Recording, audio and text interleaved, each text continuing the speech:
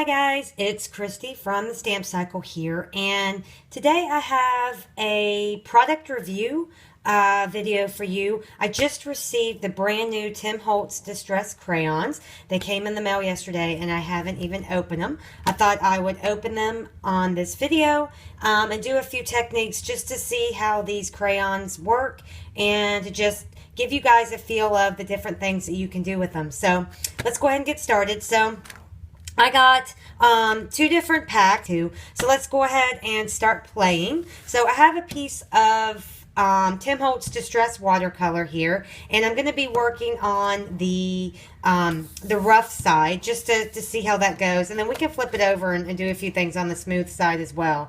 So the first thing I want to just kind of test is how well the crayons react with water. So the packaging is nice. They come in this little plastic sleeve, so you could keep them in this plastic sleeve, and it it has a reinforced insert, so they slide in and out nicely, and I think it'll keep them nice and organized in here. So I plan to keep the crayons in the packaging that it comes with. So first, let's just see how the crayons react with water. The cap seems to fit on the back, so you can keep the cap on the back so you don't lose it while you're working. So I'm just going to put some, so they go on very smooth. Almost feels like a chapstick if you were to take a chapstick and rub it on the paper. It gives you decent coverage by just coloring it directly onto the watercolor paper. So now I'm going to take a aqua brush here, and I just have aqua brush with some water, and I'm just going to add some water here to this scribble just to see how much the color moves, to see what kind of, if you could do a watercolor background wash with this. And it doesn't really react as well as, let's say, the Distress inks.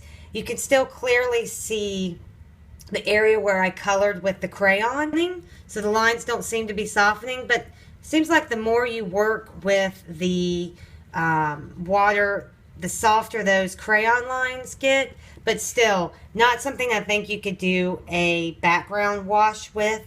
So let's see how the crayons blend together. So I'm going to take this yellow and let's see how those blend together.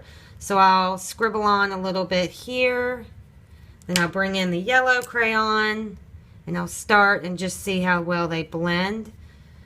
So I don't know if I'm just not picking the right colors, but you'll see it blends decently. You do see that there is a little bit of green in the middle there where I blended them. So I'm also going to try using my finger to kind of blend this out.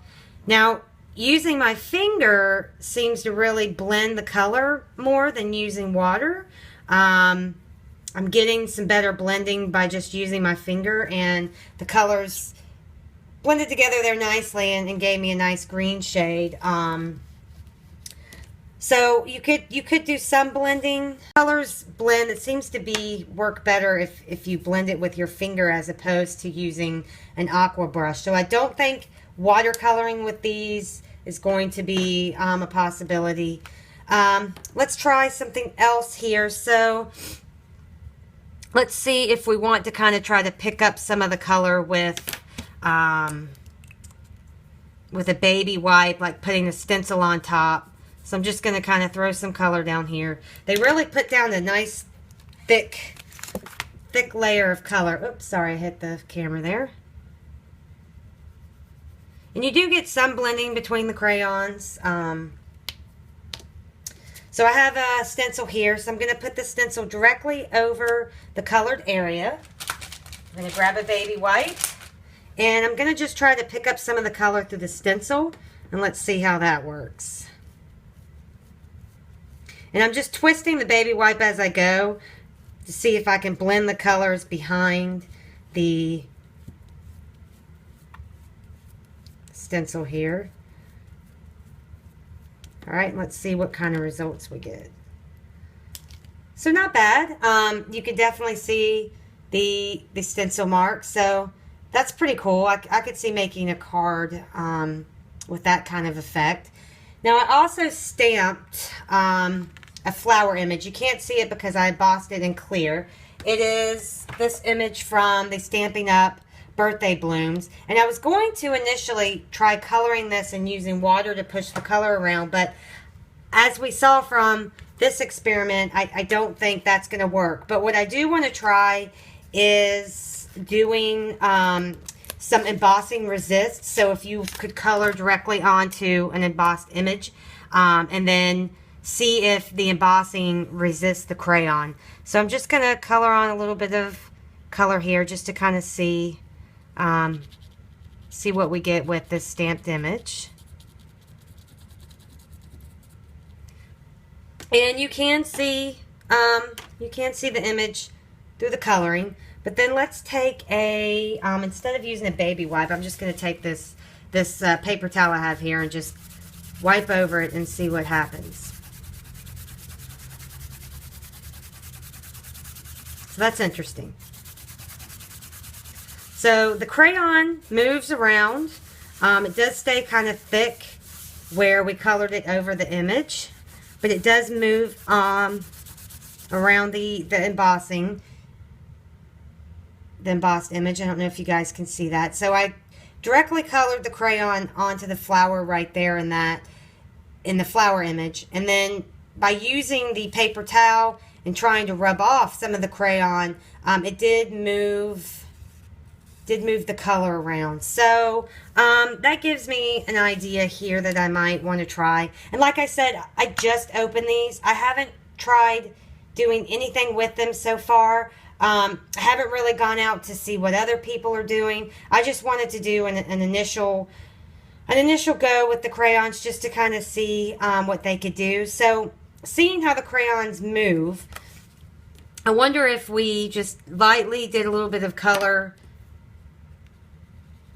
just to see if we could create a background this way on a card.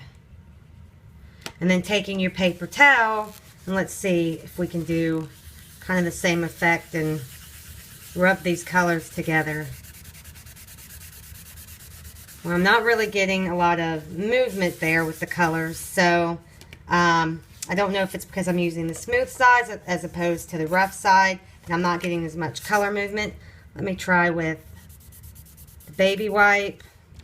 I'm getting a little more color here, so a baby wipe does move the color more than just a dry paper towel, but not anything I think I would really, not really sure that's a background I'd want to go for. So this is just my initial test of the crayons and just some things I was trying with them. I'm going to have to do some research. Let's try one other thing though before I go. I'm going to scribble a little bit of this crayon onto my craft mat. I'm going to pick it up with my aqua painter, and let's see if you can use it that way to paint on. Okay, that's great. That gives you a really good result. So you can actually take the crayon, scribble it onto a surface, and pick it up with your watercolor brush. That gives you a nice soft color. So that's not a bad way to use them. So I'm going to have to just play around a little bit more. Try some different techniques. I might go out there, YouTube, see what other people are doing, but these are definitely really neat. I don't have anything like this in my craft stash. I've never really used a lot of the gelatos or any of the other mediums that are out there. I use a lot of more of ink pads and watercolors, but these are neat. I think I'm going to keep playing and see what other things I can do with these, and I will post any cool results or techniques that I figure out. But in the meantime, you might want to grab you some. They're not very expensive. I got these off of scrappingwarehouse.com they were less than $11 a pack, so definitely an inexpensive medium that you could pick up and try. Alright, so if you have these and you've come up with some unique techniques with them, if you want to just leave me a comment